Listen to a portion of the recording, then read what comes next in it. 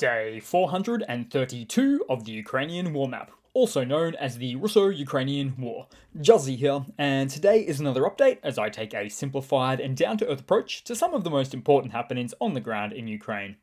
So starting off, we'll take a quick look at those Russian losses, where currently Russia is sitting on 190,960 military personnel losses. So in terms of Russian hardware losses, this also includes 1 tank, 3 APVs, 7 artillery, and 1 UAV, and quite an ugly looking UAV at that. And then we'll head over to the map and start out in Russia again, as something is always happening in the motherland, and usually not a good thing as well. Like as for today, it was reported in the Bryansk Oblast, just north of Ukraine, that an oil tanker train derailed, with 7 tanker wagons flipping over to the side. And you'll notice the ensuing fire, which was believed to have been deliberately caused by a local partisan anti-war group, possibly the group aptly named Stop the Wagons. And if so, it really appears that they have lived up to their name on this one too. Then we'll move back across to the Ukrainian map today, as Ukraine largely repelled early morning Russian missile strikes, mostly aiming at the northern and central regions of Ukraine today, where Ukrainians as a result mostly fled to underground shelters for safety. Now, all in all, Ukraine shot down 15 of the 18 missiles fired from about 10 Russian T-95s and a few T-160 strategic bombers. So think of the T-95s as the Russian counterpart to the American B-52s. That's the B-52 American strategic bombers, of course, not the American band for those of you not in the know. And given these figures, the Russian plane to missile ratio, that means Russia only fired between 1 and 2 missiles per aircraft. So not a lot, and certainly not to the levels of overwhelming Ukrainian air defenses. So with a Ukrainian air defense neutralizing rate of 83% in this case, we can see that Ukraine's air defenses are still very much intact. Oh, and most importantly, Ukrainian military sites and energy infrastructure were largely untouched as a result.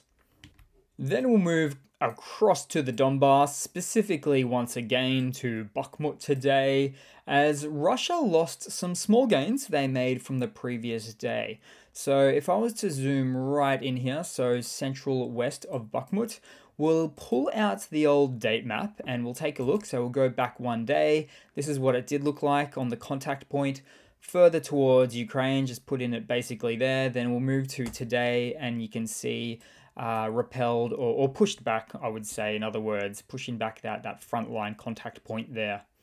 And so when you add in the context of the Wagner forces in the region constantly complaining about not being provided with sufficient munitions or artillery shells, then it does tend to tell a story here. And perhaps, military mutiny is still in the air as a possibility for some Russian forces, specifically the Wagner units stationed in the central Bakhmut location. But I've got to say, with average gains of 100 meters per day, Russia could make it to Kyiv within 160 years. But factoring in Russia's population decrease of about 0.5% a year, 0.4%, Russia genuinely risks becoming unpopulated before ever even reaching Kyiv. And those figures I've just presented, not made up, they are correct in their current form. True story. Then we'll move across on the map to Zaporizhia today. So the Russian army conducted some shelling across most of the contact point in Zaporizhia. So we'll zoom out a bit there so we can see it a bit better. Remove the date map. Here we go. Pretty much all the way along from the edge of the Dnipro River on the west, all the way to the Donbass, or really the Donetsk Oblast specifically there. And as for the upcoming Ukrainian counteroffensive, and I've mentioned this before, but it's likely, well, it's all but guaranteed to be quite aggressively enacted right here in the south, with no specification as to exactly where, but certainly likely in the south, because Ukraine is logistically much better supported here for their army, whereas Russia is logistically so much worse off supported here. Also, if Ukraine can cut a wedge with their army all the way down to the Sea of Azov, they really start to cut off Russian forces from each other, not to mention dangerously cutting off Russian supply routes as well. And still, it all remains to be seen what happens, and also on what the satellite eyes in the sky determine as a relatively unprotected salient entry point for the Ukrainian forces somewhere along the Zaporizhia front line. Which reminds me, you might also remember yesterday's hit on a Russian oil depot in Crimea, just nearby Sevastopol.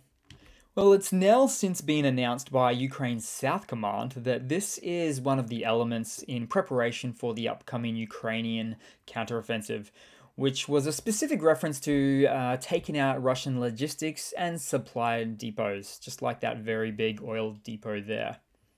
Then we'll move across to some news for today. So starting off with some more hardware updates, quite a few. I won't mention them all, but the UK wants to procure long-range missiles for Ukraine with a range of up to 300 kilometers and a max payload of nearly 500 kilograms, or about 1,000 pounds. And bear in mind, well, this might actually sound a bit familiar, these specs, because with a range of 300 kilometers and a payload of only 200 kilograms, it's pretty much the equivalent of an ATACMS missile. So that's quite impressive that the UK are looking to go in that direction. But of course, Ukraine can already smash that 300 kilometer range with various drones in small numbers, although the payload is currently smaller and it is a slower mechanism there for those UAVs. But still, it's now enough to reach Moscow on at least 2 or 3 separate occasions, at least at this point. Then in some other hardware news, Germany has confirmed delivery of its second IRIS-T air defense system to Ukraine, a very capable air defense system indeed. Germany has pledged a total of 4 to Ukraine, with the next 2 expected to come sometime later this year. Oh, and just so you know, these systems, and many of them, they never operate in isolation. For instance, this system comes with a separate multi-function radar truck and a separate command control truck as well. And then moving on, just generally regarding hardware updates, there's constantly military vehicles of any description undergoing refurbishment for future service with the Ukrainian army. Like this captured Russian BTR-80 armored personnel carrier. So thanks Russia for that particular donation. Then in some lighter side of news, a lovely riverside walkway in Budapest had its street name changed to Kyiv Promenade, as its previous name was Moscow Promenade. And this fills my heart with a bit of warmth, and it's not something I specifically keep a track of, but occurrences like these are happening all over, and usually happens on a street where a Russian embassy is located, for instance, within that country. So, nifty stuff. Then we'll move across to another Russian babushka segment. So these folks here are largely what you would call Putin's people in Russia. They're part of the main voter demographic, now more than ever, obviously. They watch conventional Russian state media television, which feeds their brains with nonsensical Russian propaganda, utter garbage, which they proceed to spew back out in this video. But also their main concern, I've got to say, is their little Russian pensions. So provided Putin doesn't selfishly extract their pension funding to fund his senseless war of aggression, they'll continue to have his back. But based off every odd decision Putin has made in the last year for this war, something tells me sooner or later he's going to turn his back on his most enthusiastic supporters. In fact, either way, the cracks are already showing for this segment of society, as the cost of living due to sanctions on Russia has basically skyrocketed the cost for basic goods and services in recent times in the motherland. Then in a final quick funny to round it off today, guys, so there appears to have been some Russian T-55 main battle tanks spotted near Berdyansk in Russia. In Russian-occupied Zaporizhia, the region there. Now, this isn't overly surprising. We knew that they were coming. We saw them on trains spotted in Russia, headed towards Ukraine in the past few weeks. But it's really more embarrassing than anything for Russia to deploy these 70-year-old monstrosities. Bear in mind, the 55 and T-55 pretty much stands for its production date, or when it first commenced. But it's all in alignment with Russia's ongoing trajectory of military technological disparity in comparison to Ukraine.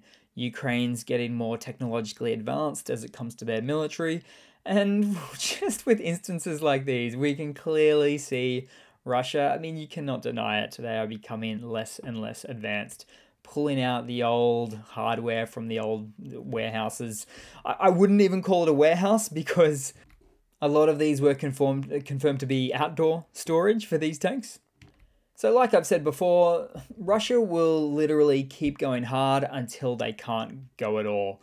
And Russia's army generals will probably be too afraid to speak truth to power, and thus keep telling Putin that his army has plenty of everything. So thanks for watching, guys. Please leave a comment, subscribe, hit that like button. Thanks again for all of your support as I continue to get back into the swing of things, as you can see. And I do hope to see all of you guys there in the next one. Cheers.